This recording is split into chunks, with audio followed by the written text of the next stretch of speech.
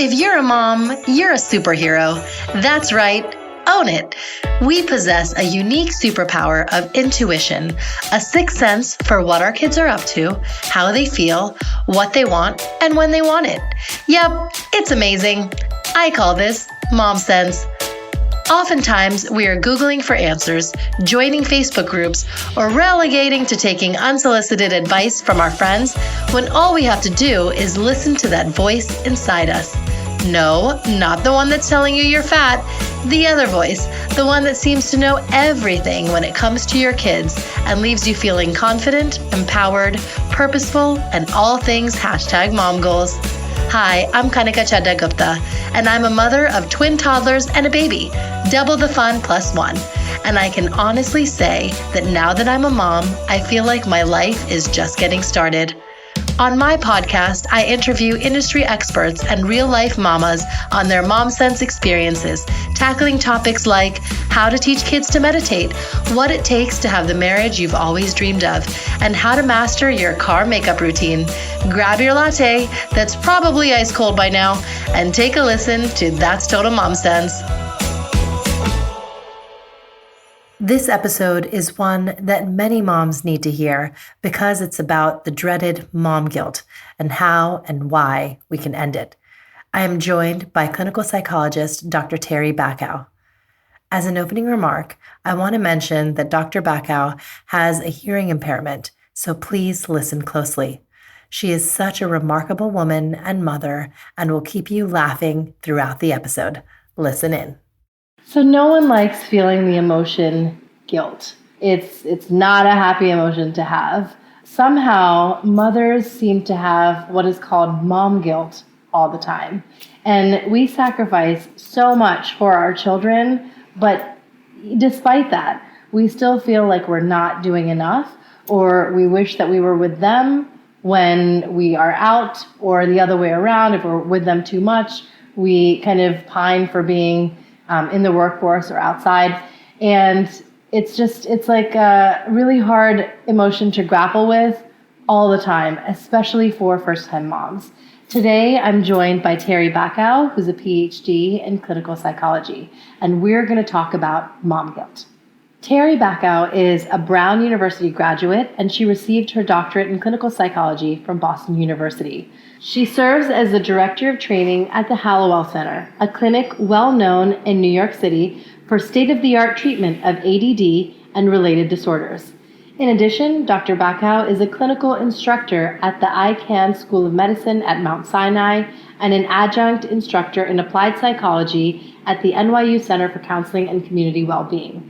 She is committed to utilizing treatments with supported efficacy with individuals of all ages, such as cognitive behavioral therapy, schema therapy, acceptance and commitment therapy, dialectical behavior therapy, and family therapy and parent coaching. She is uniquely interested in helping clients with transitional stages of life, including adjustment to college and new parenting, and enjoys writing and speaking about these topics. Terri, thank you so much for being on the show. Thank you for having me. Of course. So, this is not the first time that you've heard about mom guilt. What does mom guilt mean to you? Well, I think that you said it nicely earlier. There's all sorts of things that as moms we feel like we should be doing. It's almost like the tyranny of the should. And there's this culture, I think, a parenting culture of perfectionism, where there's so much pressure on moms to do so many things, to do it all. And I think a lot of times it's easy for us to feel like we're falling short of that standard, and then we feel guilty. But if you think about what the definition of guilt is, it's a person who does something wrong. So when I feel guilty, I'd like to ask myself, what am I doing wrong? What crime have I committed? Is it a crime to want to have a job and take care of my children? And that kind of helps me, but I think mom guilt has something that's kind of gotten worse with our parenting culture. So do you think that society is impacting how we feel and is kind of imposing this guilt on us? I don't know if it's society per se, but in the United States, the way we parent is different than the way we parent in other countries. Yes. In other countries, there's a more kind of hands-off approach, a more laid-back approach. And in our country, there's a culture of intensive parenting and intensive motherhood, which is why all our kids have extracurriculars.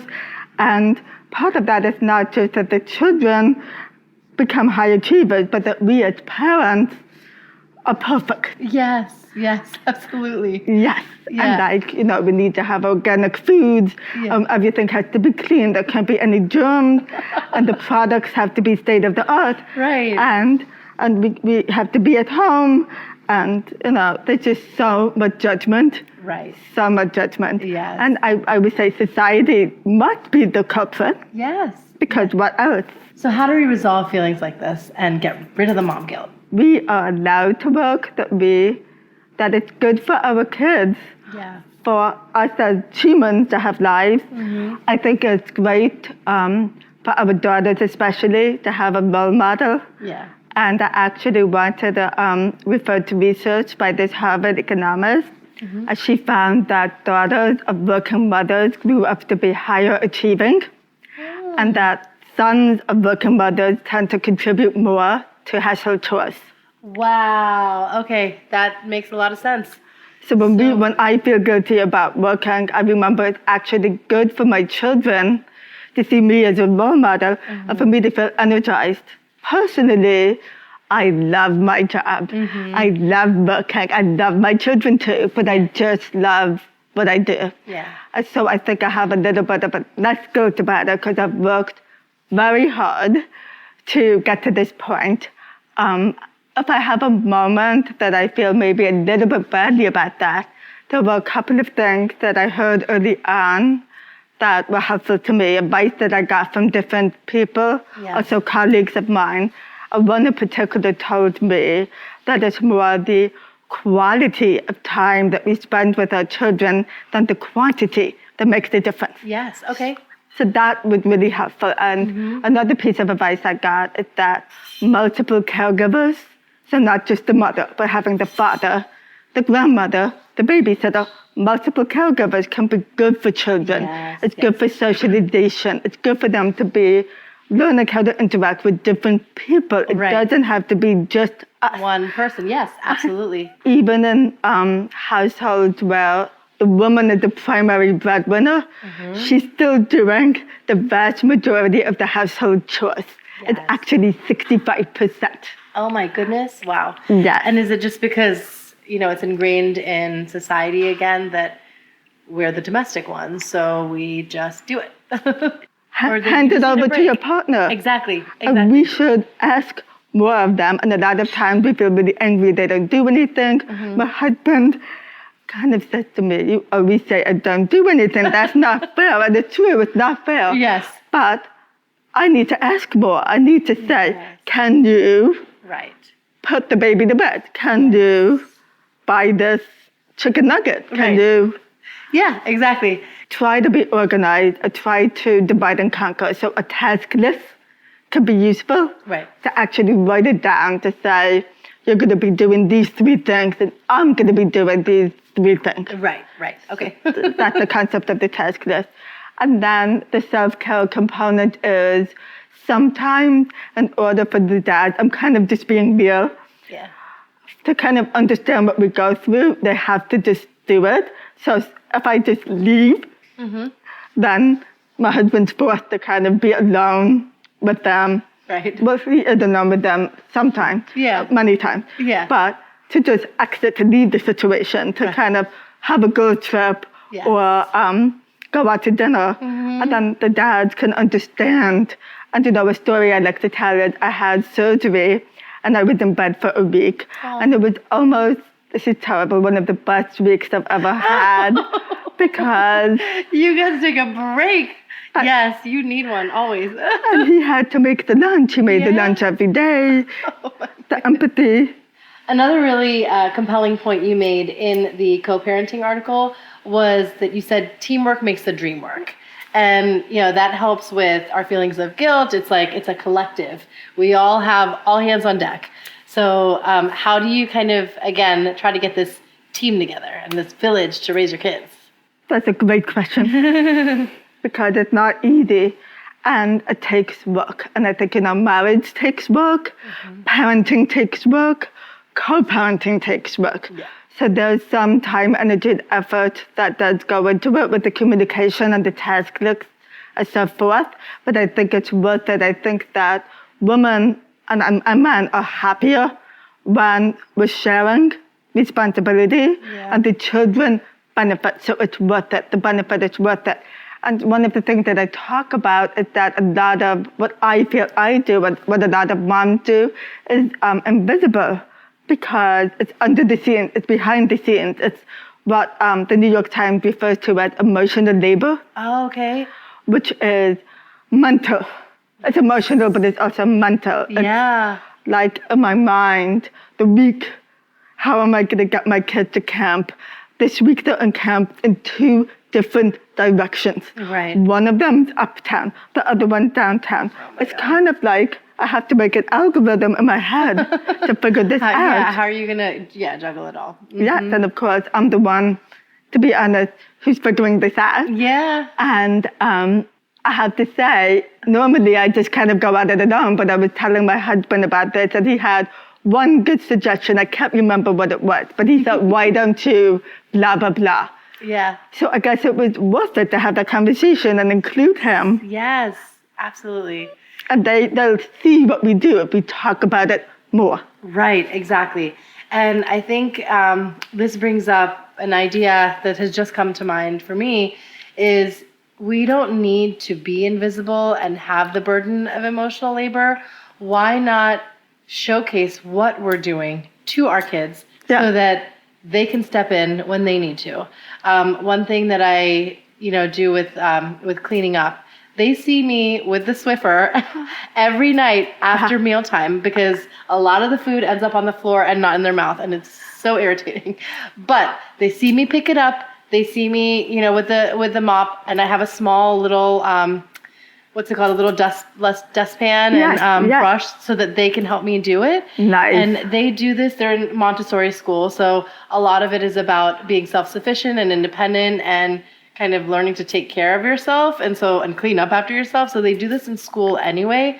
And so I try and show them that it's like, as much as I can, yes, I'm cleaning and I could do this after you're sleeping and, but I'd rather do it in front of you, have you help, even though you're only 2 years old, sorry. That way, when you are older, you take initiative and clean up after yourself. You want to raise stand-up citizens and make sure that you just take the load off. Then nobody's going to feel guilty after that. That's great. Yeah. I really, really admire that. Mm-hmm. So now on to our Mom Sense moment. On That's Total Mom Sense, I love asking my guests, when were they feeling especially attuned to their kids' needs? Because we have this intuitive superpower where as soon as we become moms, we just have it. So tell us about a moment that you... Sure. So I have to be honest. When you have mentioned the moment component, it occurred to me, there's no one moment. Oh, yes. Yeah. It's all day long. I truly feel attuned. I don't want to say that I'm a standing parent, but I really feel most of the time, if not all the time, attuned to my kids' needs, where I kind of just know because of the sheer amount of time that I spend with them. Right. So with an example, I could tell when my daughter's tired or when she's hungry, or my son, I guess maybe one moment we were at a birthday party, he was starting to lose it, and I could tell we had to leave. Yeah. So it's just intuition that developed from the number of hours put in and the familiarity with the facial expression and the mannerisms and behavior. So I could just know. Yeah. Certainly, many times I missed the boat. Yeah, of course. We're human. But yeah, most of the time you're spot on. Yes, I guess. Yeah. So tell us about your kids and their ages and... Yeah. So I have 2 children. I have a son who's 8 years old and a daughter who's 3.5, going on 27. I love it. Okay. And What is it like being a clinical psychologist and having kids? Are you like psychoanalyzing them often? And is your parenting style very, directed towards your career and your expertise? Sure. So I don't think that being a psychologist affects my parenting that much, to be honest. Okay. Except sometimes I have numerous arguments with my husband. Okay, Well, good. I like to tell him that I know more about child development than he does. Well, that's a given. Yes. And also, there are moments that I know what I'm supposed to be doing from the textbook. Yes. And I'm aware that I'm not always doing them. Yes, that's true. Okay. There's certain things that I picked up on from my practice. Like, for example, I know about labeled phrase that you need to, when a child does something correctly, to not just say good job, but good job brushing your teeth. Oh, wow. Really I specific. like it. Okay. So I try to practice what I preach. Yes. Give us some more. That's a really good tip. Sure. Incentives. A lot of behavior needs to be incentivized. It's not bribery, it's contingency management.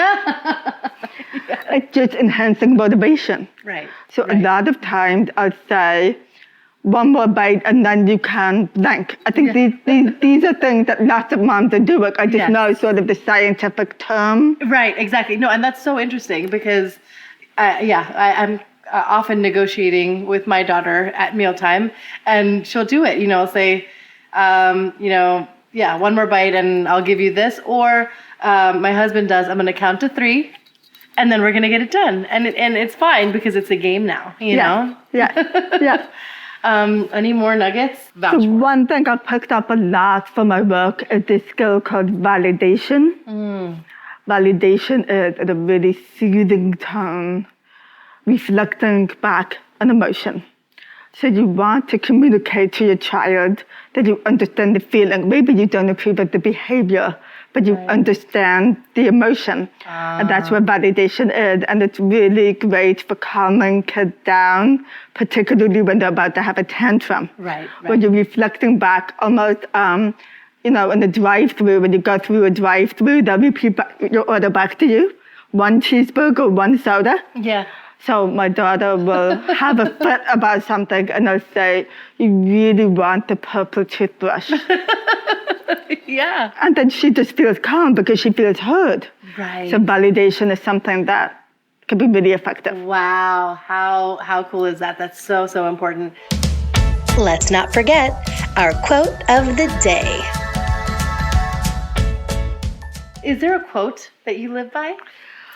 So this isn't actually a quote, it's more like a saying. Okay. But I heard someone say it and I kind of adopted it, which is that I can love my children and not always love being a parent. Oh, wow. Yes. That's something that I just find useful, and I do many times love being a parent. And there's moments that I don't love it. I know. Because, you can't every moment. Yeah. So that's just something that I find to be helpful that fits with this theme. It's now time for Mom Haul, when we share products we love. So a fun section that we like to end with is Mom Haul. And it's a product that you are loving right now, if you could share it with our viewers and listeners. Absolutely. So I don't know if anyone is familiar with Hanna Andersson pajamas or the Hanna Andersson company, but it's a Swedish company that has stores, but they're also online. And these are, I know I made fun of organic things earlier, but these are 100% organic cotton pajamas. Okay. And they have the most fantastic patterns. And they're super soft and so comfortable. And this is really cheesy, but I buy my kids matching pajamas. Oh my God, and I want to do that. Family matching. I love it. You know what? Yeah, and I'm looking for 100% organic cotton, actually, because it's summertime and it's hot. And Yes. Yeah, okay, that's great. They're so they're lightweight. a lot of fun, and I have them, and I made my husband buy them. And so we have our family matching, and then my kids have like their matching, and it's just so much fun. That is too cute. And you buy them on sale. Do not pay full price. Okay. You wait for, especially the 60% off there. What's it called again? Hanna Andersson. Hanna Andersson, okay. Oh my God, I can't wait. I am on the market for pajamas, so this is fun. I'm excited. Anything else that you wanted to share with us? Just, I think that life is short and that it's too short to feel guilty, and that if, as mom, we just need to do what's right for us and maybe tune out the noise and tune out what we feel we should be doing and do what works for us, really, because it's just not worth it to be in agony or to have anxiety or depression over this. Right. It's supposed to be fun. Yeah, exactly. And where can our audience find you? Well, I have a private practice on the Upper West Side of Manhattan. It's on West 79th Street. And I also have a website. It's drterribacow.com. Okay. So you can email me or text me. Terri, thank you so much for being on the show. This was so much fun, and you have just lifted all of the guilt off of our shoulders, and we feel, I mean, I know I can speak for myself, so confident in what we're doing and who we are and how we're raising our kids. So are you done with the mom guilt, Mama? I know I am. We work so hard to be the very best we can be for our families, and I want to end with saying, you are enough. You are enough. If you are loving the show, please share your review on Apple Podcasts, Google Podcasts, Stitcher, Spotify, or wherever you listen. I am so appreciative of your feedback and want to give you even more content that resonates with you. Write to me at that'stotalmomsense@gmail.com. Remember, always trust your mom sense. Stay strong, Supermamas. See you soon. That's total mom sense.